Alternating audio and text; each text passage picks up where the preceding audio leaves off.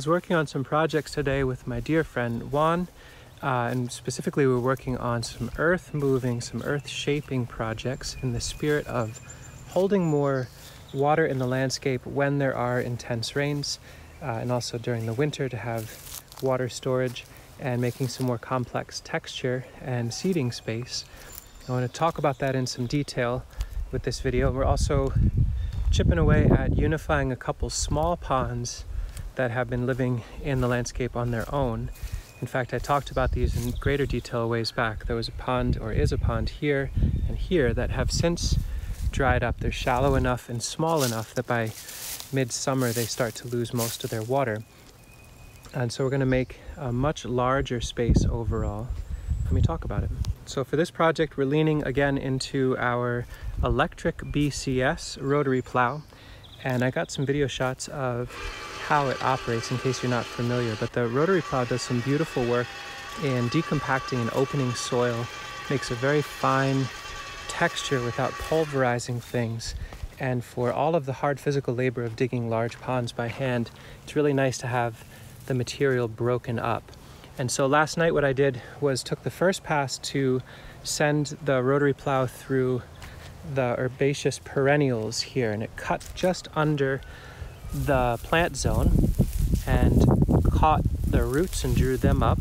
And so I was able to then pluck those section by section with the hay fork into a wheelbarrow and used them to hill our potatoes growing off to the east here.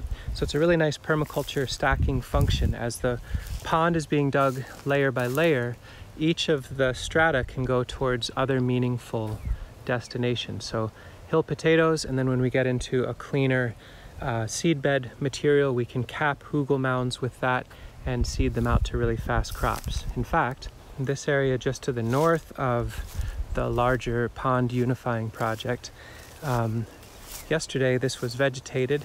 In fact, there are 3 little holes here that I did for the initial clearing of the canopy in here. About 5 years ago, this was all Scots pine and European buckthorn, pretty much a closed canopy. I made charcoal out of the tops, and so there are 3 holes in the ground for 3 cone pits. And so I used the rotary plow to cut that piece by piece. Again, taking the first layers that had the root systems of the plants and using those to bank against our potatoes. So we'll follow that up with some hay or sawdust or compost later on. But that's a great space to send nutrient-loaded material that would be weedy. Potatoes will outcompete that very easily. And since we have this area done, this is fully seeded. And you can see here's a walkway, and then a first minor step, and then a trench. And in the long run, we'll go deeper in here. But for now, the walkways have been seeded out to turnips and daikon, and we may or may not even walk in here for the rest of the season.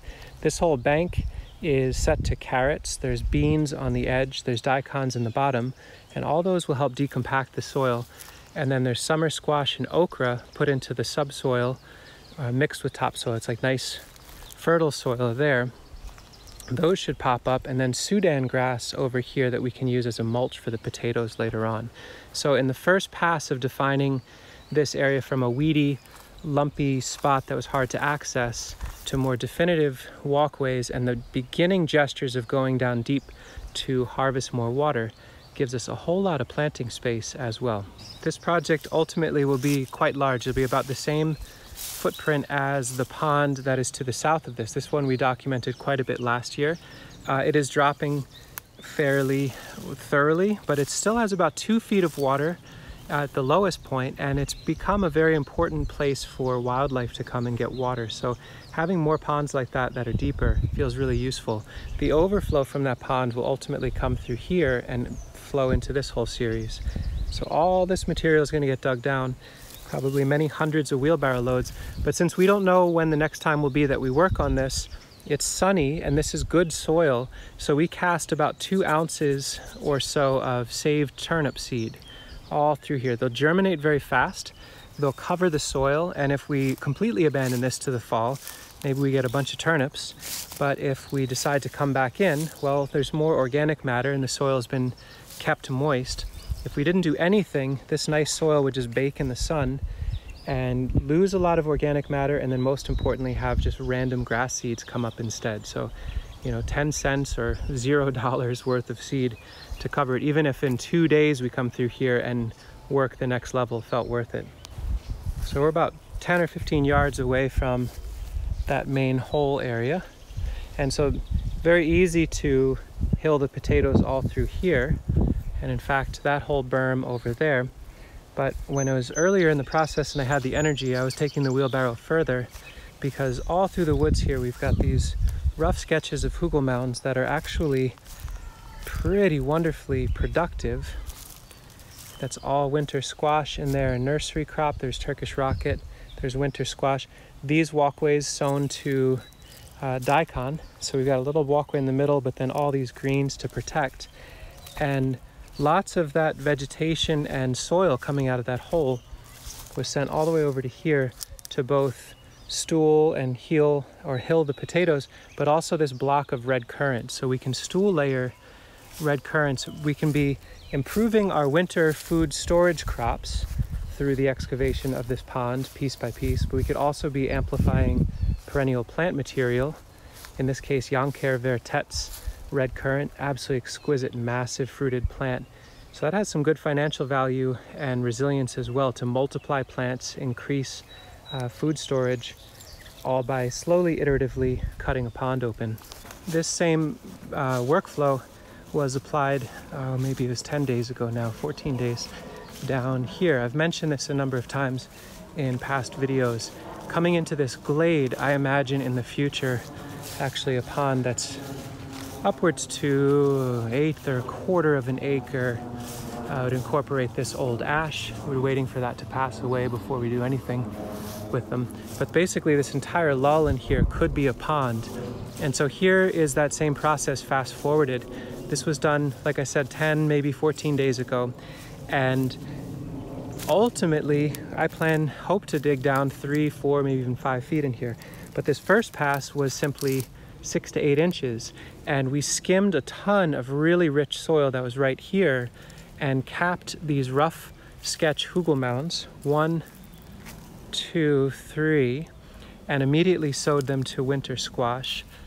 And so that first 6 inches skim of a future pond made this fertility that let us have beautiful kale and squash coming up all through here. It's weedy, lots of valerian going, but that's fine. This is all amaranth, so we get a grain coming through here, and they've covered the soil thoroughly enough. They should do very, very well at this point. The winter squash can sprawl out through the walkways. Same picture here, winter squash can sprawl. Hopefully some of the carrots and beets we had in here work out.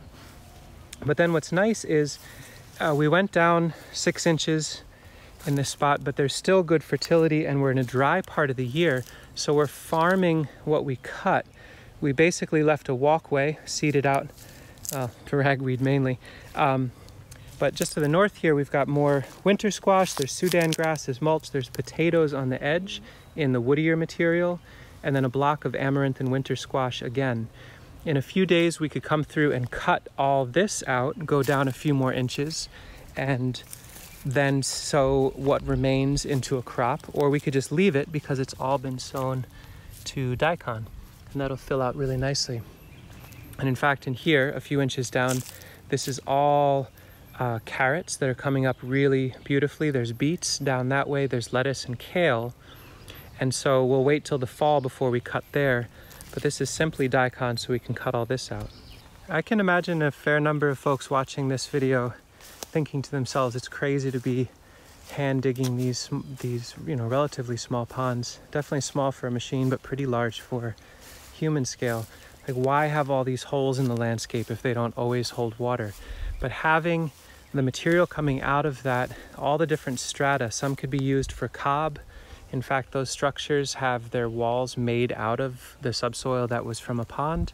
And then all the different layers can be applied on top of hugel mounds to make them more productive and ready to go. They can be used to heal hill plants that will produce more crop over time and start sketching these permanent beds in the landscape deeper and deeper with more and more organic matter. All of these hugel mounds someday will be guaranteed to never flood no matter how much rain we get, and also have very easy access to wick nearly unlimited amounts of water into themselves early in the season. So it's not an instant solution, it doesn't get you a pond right away, but it's very low price, and it's also creating all these waves of benefit, and you can modify and adjust as you go. So it's kind of nice to chip away at them slow. If you've got a little backyard or a little space and you think to yourself, boy, some sort of water holding would be a lot of fun, chip away at it and think about all the different yields that come from every shovelful. Thanks for watching.